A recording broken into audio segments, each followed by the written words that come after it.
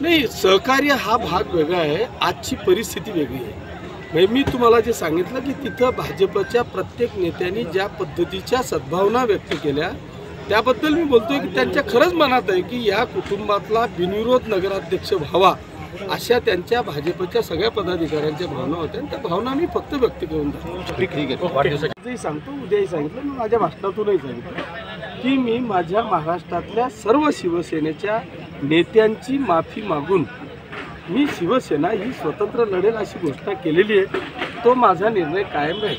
आप्पासाहेब, एक महत्त्वाचं मोठा आहे तुम्हाला, कारण एकीकडे भाजप प्रबळ होताना पाहायला मिळते राज्यात देशात, आणि दावे सुद्धा आहे त्यांचे की आमची सत्ता येणार, राज्यात पहिल्यांदा आलेलं इकडे मी हे काही आव्हान समजत नाही। कारण आव्हान मला वाटतं जर का कार्यकर्त्यांची फळी ज्याच्या बाजूने मजबूत असेल, जनता ज्याच्या बाजूने मजबूत असेल, त्याला हे आव्हान, मला तर एक किरकोळ वाटलं आव्हान, मी हे आव्हान समजत नाही। माझी सत्ता आहे ते अबाधित आहे। आज आपला निर्धार मेळावा झालाय, 5 तारखेला पुन्हा भाजपचा पाचोऱ्यामध्येच निर्धार मेळावा जाहीर केला, 4 तारखेला अभिनंदन। नवसंकल्प मेळावा।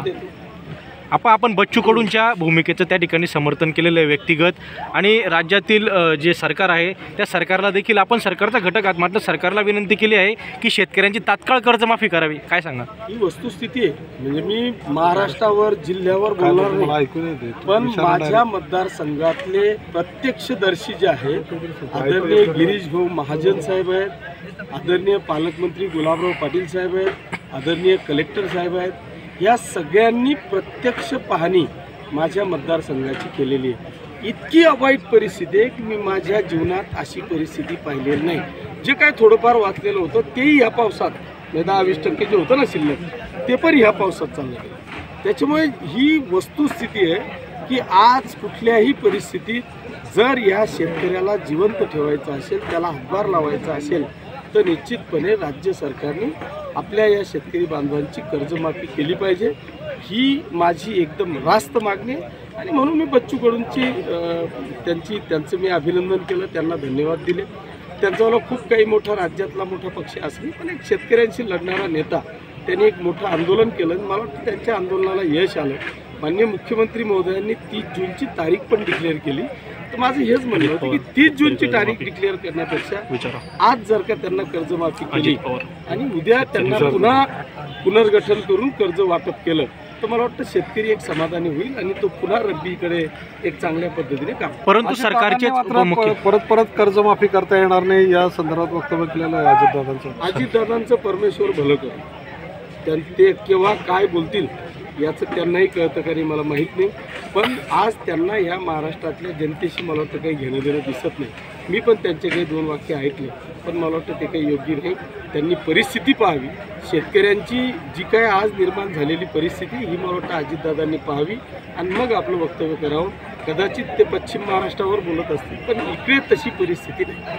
तुमचा वाढदिवस आहे, एकीकडे भाजप आणि शिवसेनामध्ये खळाजंगी होण्याचे चान्सेस पाहत आहेत। मंगेश दादांचा जो फोटो आणि तुमचा दोघांचा फोटो एक व्हायरल होतो, आणि त्याच्यावरती कॅप्शन लिहिलेलं आहे, पोलिसाशी ना दोस्ती चांगली ना दुश्मनी, आप्पासाहेब वाढदिवसाच्या शुभेच्छा। ते तर सर्वश्रुत आहे, पोलिसाशी दोस्तीही करू नये दुश्मनीही करू नये, हा इशारा मला नाही, हा दादांना होता, दादांनी ते समजून घ्यावं। आप्पासाहेब, त्यांनी या ठिकाणी आपल्या मतदारसंघामध्ये हस्तक्षेप करायला सुरुवात केलेली आहे, आणि कुठेतरी आपणही त्या ठिकाणी 40गाव मोर्चा राजकारणामध्ये शोकसभेला त्या ठिकाणी एकाच वाक्याने त्या ठिकाणी चर्चेचा विषय ठरलेला होता। काय सांगाल? खरं म्हणजे ती चर्चा झाली हा वेगळा भाग आहे, पण मला असं वाटतं की मी तिथं खऱ्या अर्थाने भाजप आणि मंगेश दादांच्या भावनेचा आदर केला। म्हणजे तिथे मंगेश दादांसह भाजपचे जे नेते बोलले, इन्क्लूड गिरीश भाऊंपासून, म्हणजे श्रद्धांजलीच्या वेळेस, की त्या परिवाराबद्दल इतक्या सद्भावना त्यांनी व्यक्त केल्या। म्हणजे मला असं वाटत होतं की महाराष्ट्रात अनेकदा अशी काही घटना घडली तर त्याच्या कुटुंबातला आमदार म्हणून बिनविरोध निवडून देण्याची सुद्धा आपल्या या ठिकाणी उदाहरणं आहेत महाराष्ट्रामध्ये। मला तेच वाटलं की भाजपला अनिलदादा, राजूदादांच्या परिवाराबद्दल प्रचंड अशी भावना, सद्भावना आहेत, त्यांच्याबद्दल प्रचंड प्रेम आहे। कदाचित यांच्या डोक्यात असेल की अनिलदादांच्या कुटुंबातला सदस्य इथं बिनविरोध निवडून द्यायचं आहे असं मला वाटलं, म्हणून मी तो शब्द टाकला। आपण म्हटलेलं आहे, असं देखील आपण म्हटलं, मी पाचोऱ्यात मदत करा असं अजिबात म्हटलं। मी जी मदत करा म्हटलो, मी असं सांगितलं की जर जळगाव जिल्ह्यामध्ये 11 पैकी 5 आमदार शिवसेनेचे आहेत, 5 आमदार भाजपचे आहेत. जर भाजप म्हणते की इथे भाजपचा अध्यक्ष बसेल, तर मला वाटतं शिवसेनेने म्हटलं पाहिजे की इथं शिवसेनेचा अध्यक्ष बसेल. याचं कारण असं आहे की 11 पैकी जे 5 आमदार शिवसेनेचे आहेत ते 5च्या 5 ग्रामीण भागातले आहेत. जे भाजपचे 5 आमदार आहेत त्याच्यातले 4च आमदार फक्त ग्रामीण भागातले आहेत आणि 1 आमदार शहरी भागाचे. 1 आमदार याच्यातले अनिल भाईदास पाटील ते राष्ट्रवादी काँग्रेसचे आहेत आणि तिथे आता माजी आमदार शिरीषदादा चौधरी यांनी आपल्याकडे शिवसेनेमध्ये प्रवेश केला आहे. त्याच्यामुळे जर अशी आपण गोळाबेरीज जर का केली तर उद्या शिवसेनेचा जिल्हा परिषदेचा अध्यक्ष बसणं हे मला वाटतं काही अवघड नाही. परंतु या ठिकाणी म्हणताय की हे नेहमी कार्यकर्त्यांच्या बैठका घेतात. मला असं वाटतं की तिथं कार्यकर्ता नाही, त्याच्यामुळे बैठका घेण्याचं काही कारण नाही. ते फक्त आता नेमकं काय करावं याची एकमेकांना कलबत्त करत बसतात, दुसरं काही. गिरीश महाजनांनी काल प्रेसमध्ये बोलताना असं देखील म्हटलेलं आहे की पाचोरामध्ये किशोरप्पांना आम्ही समजवण्याचा प्रयत्न केलेला आहे, मात्र किशोरप्पा आता ऐकतच नाही, तर म्हणून आम्हाला नाईलाजाने स्वतंत्र लढायची युती केली. हे फक्त महाराष्ट्रामध्ये युतीत दाखवण्याचा प्रयत्न आहे. अर्थात याचा अनुभव मी गेल्या 10 वर्षापासून घेतो. मुळात माझा स्वभाव असा नाही आहे की ते ताक घ्यायला जायचं आणि लोटा लपवायचं. आपला काही तसा स्वभाव नाही. चला आपण करून टाकू, बघू, पाहून घ्यायचं नाही. जळगाव जिल्ह्यातही कसं होतं हे जे सगळे सांगताय ना, महायुती करू, युती करू, हे करू, ते करू. आप्पासाहेब युती दाखवण्याचा प्रयत्न म्हणजे कसा? युती दाखवण्याचा प्रयत्न म्हणजे असं महाराष्ट्रात की प्रत्येक महाराष्ट्रात असंच दाखवायचं किंवा असं व्हायला नको. किशोरप्पासारखं गुलाबभाऊ बोलले किंवा मी स्वतंत्र लढेल, मग त्याचावाला इश्यू करायचा किंवा मग त्यांनी सांगितलं पाहिजे नाही महायुती करून वेळेवर मग त्यांनीही धोका द्यायचा आणि यांनीही धोका द्यायचा. त्यापेक्षा डायरेक्ट स्ट्रेट फॉरवर्ड खेळायचं ना. आणि माझं तर हे म्हणणं आहे, मग हेही जाऊ द्या, गिरीश भाऊ जाऊ द्या, गुलाब भाऊ जाऊ द्या किंवा महायुतीचे सगळे नेते जाऊ द्या. मला एक सांगा, जिल्ह्यामध्ये नेमकं लढायचं कोणाशी? अजित पवारचा ठिकाणा नाही, काँग्रेस ठिकाणावर नाही, उभाटाचा एक बी जण शिल्लक राहिला नाही. मग लढायचं कोणाशी? आपणच लढू ना. विरोधक आहे कुठे?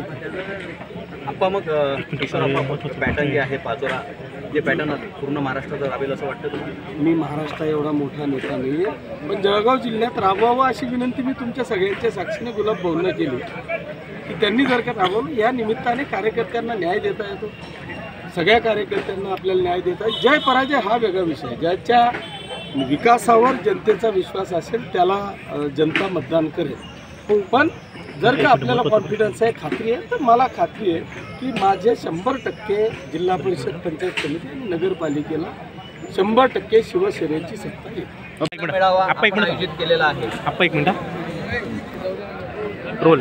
हां, निर्धार शिवसेना मेळावा आपण या ठिकाणी आयोजित केलेला आहे. नाही, मला निश्चितपणे आपल्याला सगळ्यांना सांगायला आवडेल की मी 10 वर्षापूर्वी आदरणीय सुरेशदादा जैन यांच्या आघाडीवर पाचोरा तालुका, पाचोरा नगरपालिकेमध्ये शिवसेनेची नगरपालिकेची निवडणूक लढली आणि त्या जन्मदिनी मी या शहराच्या तमाम मायबाप जनतेला, बांधवांना, भगिनींना ही मागणी केली होती की माझ्या वाढदिवसाच्या निमित्तानं जर मला काही गिफ्ट द्यायचं असेल तर नगरपालिका द्या. आणि त्यावेळेस तब्बल 24 पैकी 19 जागा या पाचोरा नगरपालिकेमध्ये या शहरवासियांनी दिल्या आणि त्याच्यात या 10 वर्षामध्ये या शहराचा बदल आपल्याला देखील पाहायला मिळतो आणि जनतेने देखील या ठिकाणी पाहिला. दुसरा मी निर्धार मेळावा घेतला तो म्हणजे 3ऱ्यांदा निवडून येण्यासाठीचा. त्याही वेळेस माझ्या मतदारसंघाच्या जनतेने निर्धार केला, शिवसैनिकांनी निर्धार केला आणि मला 3ऱ्यांदा निवडून येण्याचा बहुमान या ठिकाणी मिळून दिला. आज अत्यंत वेगळी परिस्थिती या मतदारसंघामध्ये.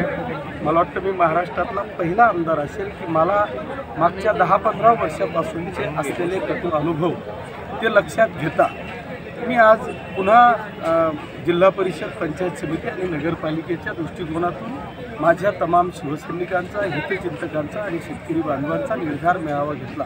मला वाटतं किमान 15 ते 20 हजार लोक या ठिकाणी आले आणि आज देखील आम्ही निर्धार केला की या निर्धारातून पाचोरा भडगाव मतदारसंघातल्या 100% स्थानिक स्वराज्य संस्थांवर शिवसेनेचा भगवा झेंडा या ठिकाणी फडकवायचा असा निर्धार केलेला आहे. मला खात्री आहे की आतापर्यंत 2दा जो निर्धार केला त्याला यश या जनतेच्या या मतदारसंघातल्या जनतेने दिलं.